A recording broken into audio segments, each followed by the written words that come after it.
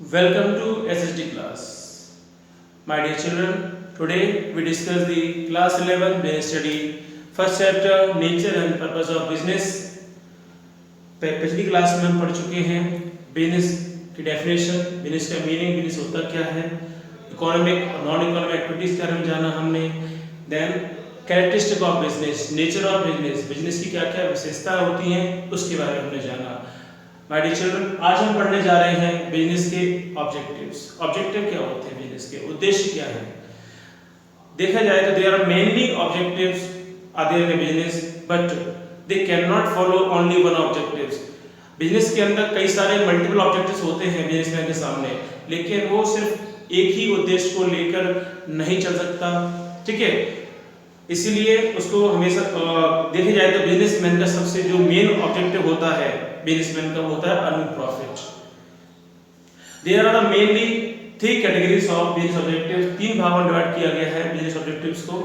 First one is economic objectives, second one is social objectives and third one is human objectives. My dear student, now come to the point, next point, that is the economic objective of business. economic objective business, अगली class में पढ़ चुके हैं business क्या है, एक economic activity है, non economic activity नहीं है। क्या है ये? Economic activity. Now economic objective जो हमारा है ये इसको भी तीन कैटेगरी में बांटा गया है। First one is survival. The basic purpose of every organisation is to survive, यानी कि जो बेसिक पर्पस होता है किसी भी संस्था का, किसी भी ऑर्गेनाइजेशन का, वो होता है मार्केट के अंदर सर्वाइव करना, जिससे लंबे समय तक वो वहाँ पर वो टिक सके और रह सके और जो भी कंपटीशन है उसको फेस कर सके। And exist in the competition market for a long time and it is possible only when it is able to cover its cost and earn profit. जब ये तभी हो पाएगा जब वो या तो प्रॉफिट अर्न कर रहा हो, प्रॉफिट अर्न तभी कर पाएगा जब जितनी लागत में वो प्रोडक्शन दे रहा है, जो मैन्युफैक्चरिंग लग रहा है, उसे पहले कवर करके जो एक्स्ट्रा ऊपर लेता है उसे अर्न प्रॉफिट कहा जाता है। जब तक वो नहीं होगा मार्केट के अंदर वो सर्वाइव नहीं कर पाएगा। कम से कम उसकी लागत तो वापस आए, जो कॉस्ट लग रही है वो कॉस्ट तो वापस आए, ठीक है। Next point is profit. My dear student, profit the important object of every organisation. किसी भी संस्था का जो मुख्य सबसे महत्वपूर्ण जो उद्देश्य होता है to earn profit. Without profit we can't survive in the market, we can't face जो भी समस्या रहेंगी, बहुत समस्या हो जाएंगी, लॉसेस के फेस करेंगे, जिससे हम मार्केट में सर्वाइव नहीं कर पाएंगे। The important objective of every organisation is to earn profit. Profit is essential for survival and growth and expansion of business, यानी कि बिजनेस की ग्रोथ के लिए, बिजनेस के सर्वाइवल के लिए और एक्सपेंशन के लिए प्रॉफिट अर्न करना बहुत जरूरी है, okay. Next point is growth. The success of any organisation, किसी भी संस्था की जो सफलता है वो डिपेंड करता है उसकी ग्रोथ रेट पर, और जो ग्रोथ है वो मेजर होती है इन टर्म्स ऑफ सेल्स। कितनी सेल्स हो रही है, कितने नंबर प्रोडक्ट हमने मैन्युफैक्चरिंग किए हैं या सेल आउट किए हैं, या फिर कितने नंबर ऑफ एम्प्लॉयज़ हैं, वर्कर्स हैं हमारे पास जो मैन्युफैक्चरिंग करने में हेल्प कर रहे हैं और मार्केट के अंदर जो कंपटीशन है उसे फेस करने में हमारी हेल्प कर रहे हैं। My dear student, next objective of business is social objective. समाज के लिए भी हमारे बिजनेसमैन और किसी भी संस्था का एक दायित्व होता है समाज में से लोगों की भलाई के लिए कार्य करना, क्योंकि उससे गुडविल में बनने में हेल्प मिलती है, अच्छी रेपुटेशन बनती है, ठीक है। So first one is supply of desired quality of product, यानी कि किसी भी संस्था को कंज्यूमर की इच्छा क्या है, उपभोक्ता कस्टमर हमसे क्या डिजायर करता है वो जानने के बाद ही उनकी इच्छा की पूर्ति कर सकते हैं। सबसे पहले बिजनेसमैन जानता है, मार्केट के अंदर इंफॉर्मेशन गैदर करता है, उसके अकॉर्डिंग ही मैन्युफैक्चरिंग की जाती है और मार्केट के अंदर प्रोडक्ट को सेल आउट किया जाता है, ठीक है। जिससे क्या क्वालिटी चाहिए कंज्यूमर को और क्या रीजनेबल प्राइस होनी चाहिए जिससे वो आसानी से खरीद सके, और कैसा नाम होना चाहिए उसका जो हर व्यक्ति उसको प्रोनाउंसिएशन कर पाए, आसानी से बोल सके, ठीक है, और हर व्यक्ति सक्षम हो उसको खरीद सके आराम से, और वो यूज़ करने में भी बेटर लगे, क्वालिटी अच्छी मेंटेन होनी चाहिए उसकी। ये सभी चीज़ क्या है, उसी के अकॉर्डिंग मार्केट के अंदर प्रोडक्ट सप्लाई किया जाता है और उनको मैक्सिमम सेटिस्फैक्शन देने की कोशिश की जाती है अकॉर्डिंग टू बिजनेसमैन।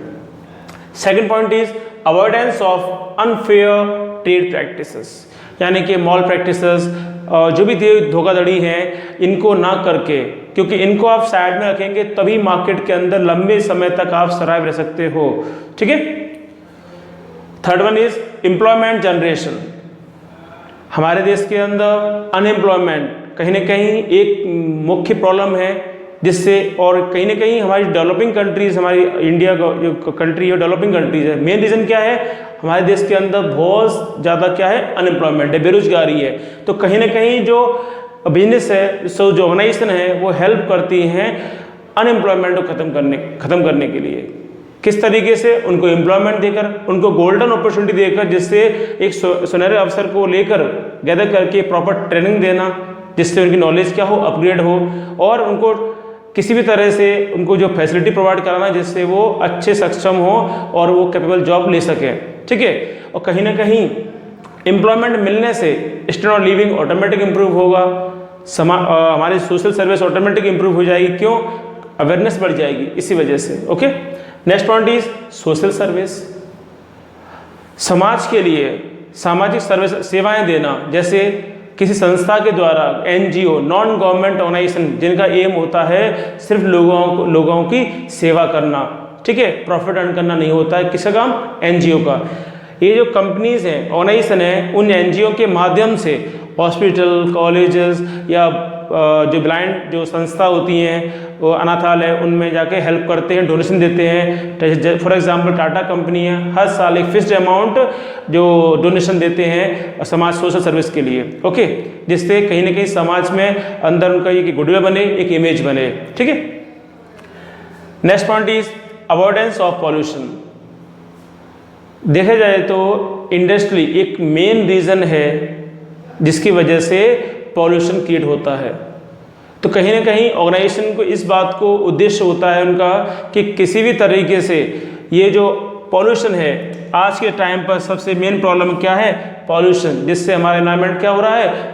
प्रदूषित होता जा रहा है डे बाई डे। इसको ख़त्म करना बहुत ज़रूरी है। इसको ख़त्म करेंगे तभी बिजनेस मार्केट के अंदर सर्वाइव कर पाएंगे वो। ठीक है।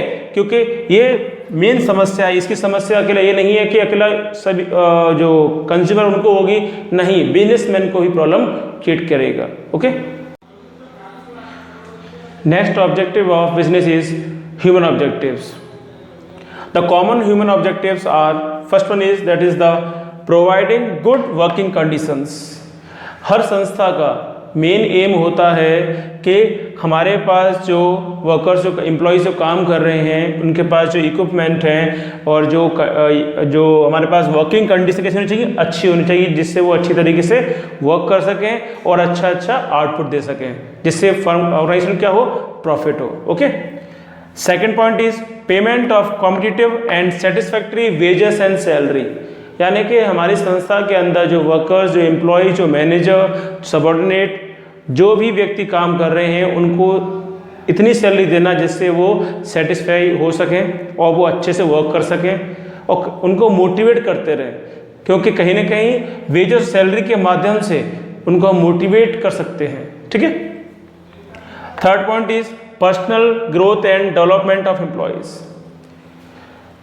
हर संस्था को उनकी साथ जैसे वो वर्क कर रहे हैं, उनकी पर्सनल ग्रोथ और उनके डेवलपमेंट ऑफ एम्प्लॉयज़ का भी ध्यान रखना चाहिए। जिस तरीके से उनको प्रॉपर ट्रेनिंग दी जाए, उनको एजुकेशन दी जाए, जो नई टेक्निक्स आ रही हैं उनको सिखाया जाए, चाहे वो ऑफ द जॉब हो चाहे वो ऑन द जॉब हो। ठीक है। उनको ट्रेनिंग दी जाए जिसके माध्यम से वो टाइम टू टाइम क्या रहें, वो अपडेट रहें। Last point is providing special benefits such as the housing facility, medical, free education of children. Organisation का एक लास्ट जो एम होता है किसी भी एम्प्लॉयज़ को मोटिवेट करने का, वो होता है कि उनको स्पेशल बेनिफिट प्रोवाइड कराना, जैसे उनको हाउसिंग फैसिलिटी, घर बना के देना, उनको मेडिकल फैसिलिटी प्रोवाइड कराना और उनके बच्चों के लिए free of cost of education provide कराना, जिससे वो प्रॉपर तरीके से, अच्छे तरीके से वो वर्क करें और पूरा ध्यान दें और ये मोटिवेट हों। और कहीं ना कहीं इससे ऑनेस्टी, ईमानदारी और एक इनकरेजमेंट ऑटोमेटिक बढ़ता है, एक इंतज़ाज़्म बढ़ता है, जिस जोश के साथ वो अच्छा आपको रिजल्ट देंगे, आउटपुट देंगे, जिससे आप मैक्सिमम प्रॉफिट अर्न करने के चांसेस बढ़ जाते हैं। Thank you so much.